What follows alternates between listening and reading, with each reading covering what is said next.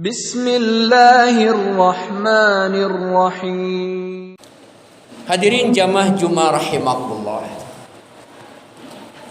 Beberapa hari terakhir masalah miras atau minuman keras menjadi perbincangan hangat di masyarakat Indonesia dan juga organisasi-organisasi keagamaan Islam khususnya, seperti Majelis Ulama Indonesia, Nahdlatul Ulama Muhammadiyah, dan lain-lain.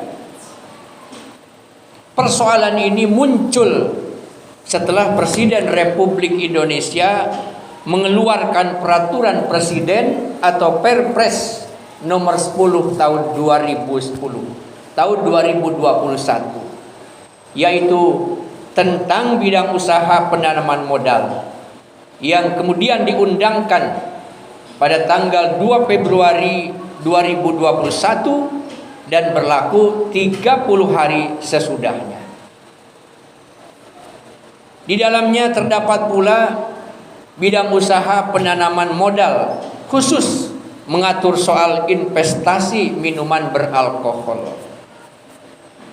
Hadirin rahimakumullah, kegaduhan terjadi karena dianggap bahwa legalitas investasi minuman beralkohol akan membahayakan kehidupan masyarakat dan merusak jati diri bangsa.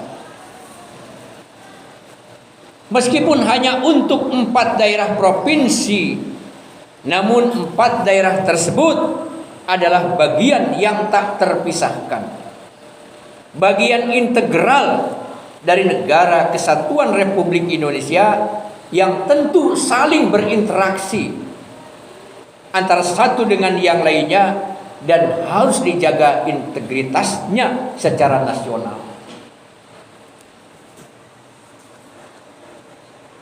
Hingga pada akhirnya Presiden Republik Indonesia pada tanggal 2 Maret tahun 2021 mencabut aturan mengenai investasi minuman keras yang tercantum di dalam lampiran Kepres tersebut. Mudah-mudahan hadirin yang berbahagia, ini menjadi etikat baik dari pemerintah mendengar hati nurani rakyat dalam membangun bangsa dan dalam rangka watawasau bil haqqi watawasau bis sabr. Hadirin rahimakumullah, minuman keras dalam istilah syar'i atau syariat agama kita sering disebut dengan khamr, yang sering kita artikan hanya dengan kata arak, meskipun tidak sesimpel itu. Khamr dalam kajian fikih artinya segala hal yang memabukkan. Kita sudah banyak, insya Allah, sedikit ataupun banyak mengetahui tentang bahaya minuman keras atau khamr dan dampak negatif yang ditimbulkan akibat mengkonsumsinya, sehingga Rasulullah Shallallahu Alaihi Wasallam menyebutnya al-khamru ummul khaba'ith. Khamr adalah induk berbagai macam kerusakan. Hadis riwayat At-Tabarani. Sepertinya khamr itu biasa-biasa saja, dikonsumsi sendiri, yang rusak adalah dirinya sendiri. Tapi tidak sesimpel itu.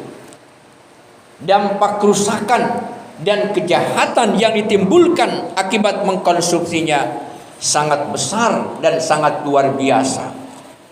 Tidak hanya bahaya untuk dirinya sendiri, tetapi juga membahayakan terhadap orang lain dan kehidupan bermasyarakat. Abu Lais As-Samarkandi dalam kitabnya Tanbihul Ghafilin, dia menceritakan tentang kisah ahli ibadah, mengkisahkan tentang seorang abid yang tergelincir di dalam maksiat.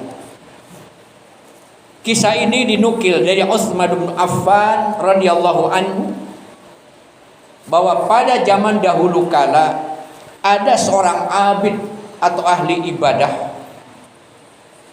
yang saat melakukan perjalanan bertemu dengan seorang perempuan pelacur. Maka kemudian ia dipanggil oleh pelayannya, lalu dia masuk ke dalam rumahnya. Lalu pintu rumah pelacur itu kemudian ditutup dan dikunci rapat-rapat. Ini mungkin seperti Nabi Yusuf dijebak oleh Siti Zulaikha. Di rumah tersebut terdapat wanita pelacur tersebut, kemudian segelas khamr dan seorang anak kecil. Maka berkatalah sang wanita itu, engkau tidak boleh keluar dari rumah ini sebelum engkau meminum khamr atau berzina bersama denganku, atau yang ketiga engkau bunuh anak itu. Apabila tidak itu kau lakukan, maka aku akan menjerit dan berteriak agar orang-orang yang ada di sekitar rumahku tahu bahwa engkau akan berbuat jahat kepadaku. Sang abid itu pun kemudian berkata, saya tidak mau berzina karena itu dosa besar. Saya pun tidak mau membunuh manusia tanpa hak karena itu pun adalah dosa yang tidak akan terampuni. Maka sang abid itu pun memilih untuk meminum khamr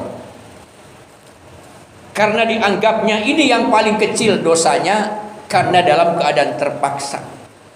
Maka ia pun kemudian meminumnya. Setelah ia meminum, kemudian ia menjadi mabuk, hilang akal sehatnya. Pada saat itulah kemudian ia pun melakukan perzinahan dengan wanita pelacur itu, dan kemudian anak kecil itu pun dibunuh olehnya. Maka akhirnya si abid ini dia melakukan 3 hal tersebut. Ia meminum khamr, berzina, dan membunuh, yang semuanya adalah karena khamr itu. Ini adalah salah satu bukti bahwa minuman keras adalah induk kejahatan. Al-khamru ummul khaba'ith, sebagaimana dikatakan oleh Rasulullah sallallahu alaihi wasallam. Di antaranya dampak dari minuman keras itu, ternyata banyak manusia melakukan berbagai jenis kejahatan, baik yang langsung kepada Allah ataupun kejahatan melalui perbuatan jahat kepada sesama manusia. Hadirin rahimakumullah, banyak sekali dampak negatif dari mengkonsumsi minuman keras, termasuk yang tadi, dan masih banyak lagi dampak-dampak yang lainnya. Antara lain, sebagaimana di dalam berbagai keterangan dan hadis Nabi Shallallahu Alaihi Wasallam, serta terutama di dalam Al-Quranul Karim. Yang pertama adalah orang yang meminum khamr akan menjadi orang yang kehilangan akal, seperti orang gila. Abu Abi Dunya suatu ketika pernah melihat orang yang mabuk, yang buang air kecil di sembarangan tempat. Kemudian ia mengusap-usap air kencingnya itu ke kepala dan seluruh badannya, persis seperti orang gila. Ia pun kemudian berdoa, Allahumma ja'alni minat tawwabin waj'alni minal mutatahhirin. Ya Allah, jadikanlah aku sebagai orang yang bertakwa dan aku orang yang mensucikan diri.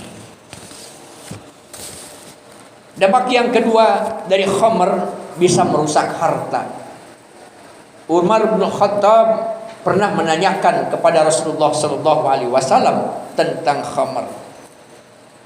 Lalu Rasulullah sallallahu alaihi wasallam mengatakan, khamr itu merusak harta dan menghilangkan akal manusia. Yang ketiga, meminum khamr bisa mengakibatkan permusuhan dan perkelahian di antara manusia, di antara teman-teman, di antara saudara. Sebagaimana Allah nyatakan di dalam Al-Quran surat Al-Ma'idah ayat 91. Innama yuridu syaitan ayyuqi'a bainakumul adawah wal baghdha'a fil khamri wal maisir. Sesungguhnya syaitan itu bermaksud tidak menimbulkan permusuhan dan kebencian di antara kamu lantaran meminum khamr dan berjudi. Yang keempat, meminum khamr bisa menghalangi seseorang untuk berzikir kepada Allah dan menunaikan ibadah sholat. Wa yasuddakum an dzikrillah wa anis sholat fahal antum muntahun. Dan menghalangi kamu dari mengingat Allah dan menunaikan sholat, maka berhentilah kamu dari mengerjakan itu. Kemudian meminum khamar menjadi salah satu penyebab terjadinya perbuatan zina sebagaimana dalam kasus tersebut di atas. Karena khamar adalah induk daripada kejahatan. Peminum khamar juga di dalam agama Islam dia sebenarnya mendapatkan hukuman, yaitu harus dicambuk sebanyak 80 kali cambukan. Lebih mengerikan lagi, bahwa karena khamar tidak akan diterima doanya, ditolak oleh Allah doanya, dan juga sholatnya selama 40 hari 40 malam. Al-khamru ummul khaba'ith faman syaribaha lam tuqbal sholatu arba'ina yawman fa in mata wa hiya fi batnihi mata mitatan jahiliyah. Khamar adalah induk berbagai macam kerusakan. Siapa yang meminumnya, maka sholatnya selama 40 hari tidak diterima. Jika ia mati dalam keadaan khamar masih berada di dalam perutnya, berarti ia mati seperti matinya orang jahiliyah. Kemudian khamar menyebabkan iman seseorang itu tercabut saat dia meninggal dunia. Sama dengan orang yang sedang berbuat zina.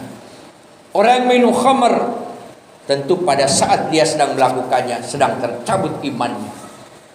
Kalau kemudian imannya datang kembali, bagaimana kalau untuk selamanya dia dalam keadaan tidak beriman? Hadirin kaum muslimin sidang Jumat rahimakumullah. Tentu bagaimana jadinya bila negara melegalkan minuman keras, bila negara melegalkan perjudian, bila negara melegalkan prostitusi atau perzinahan. Akhlak bangsa yang dijadikan taruhannya, kita pasti tinggal menunggu kehancuran bangsa ini. Karena kehancuran suatu bangsa diawali dengan hancurnya akhlak manusia. Mari hadirin yang berbahagia, kita jauhkan, kita jaga anak-anak kita dari meminum, mengkonsumsi minuman keras dan narkoba, sebab akan menghancurkan masa depan. Allah subhanahu wa ta'ala berfirman, ya ayyuhalladzina amanu innamal khamru wal maisiru wal ansab wal azlam rizsum min amalis syaitan fajtanibu la'allakum tuflihun. Wahai orang-orang yang beriman, sesungguhnya meminum khamr, berjudi, berkorban untuk berhala, mengguni nasib dengan anak panah adalah termasuk perbuatan setan. Maka jauhilah perbuatan-perbuatan itu agar kamu mendapatkan keberuntungan. Kita melihat dengan mata iman kita. Jangan kita melihat dengan mata selera, apalagi melihat dengan hawa nafsu. Sebagaimana firman Allah di atas, keberuntungan akan diperoleh pada saat manusia menjauhi khamr. Maka mafhum mukhalafahnya adalah kita akan merugi bila mengkonsumsi khamr atau narkoba. Secara bisnis sepertinya menguntungkan, tapi kerusakan yang ditimbulkannya jauh lebih besar dan jauh lebih berbahaya. Bahkan akan berdampak kepada kehancuran suatu bangsa, karena ini menyangkut akhlak bangsa. Syauqi mengatakan, innamal umamul akhlaqu ma baqiyat wa in humu dhahabat akhlaquhum dhahabu. Sesungguhnya kejayaan suatu bangsa terletak pada akhlaknya yang dijunjung tinggi. Maka jika rusak akhlaknya, rusaklah bangsa itu bersamaan dengan rusaknya akhlak. Maka Rasulullah Shallallahu Alaihi Wasallam diutus ke dunia ini adalah untuk menyempurnakan akhlak manusia. Innama bu'istu liutammima makarimal akhlak. Karenanya dimulai dari pembangunan akhlak inilah dibangunnya tatanan kehidupan masyarakat dan bangsa. Mana mungkin revolusi mental akan tegak bila miras menjadi bisnis dan investasi di negeri kita ini. Indonesia akan jaya tanpa miras, tanpa narkoba, tanpa judi, tanpa prostitusi.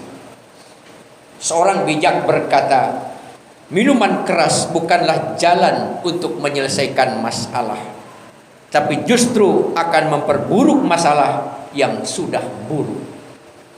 Semoga Allah Subhanahu wa taala senantiasa membimbing kita ke jalan yang benar, jalan yang lurus, jalan yang Ia ridhoi.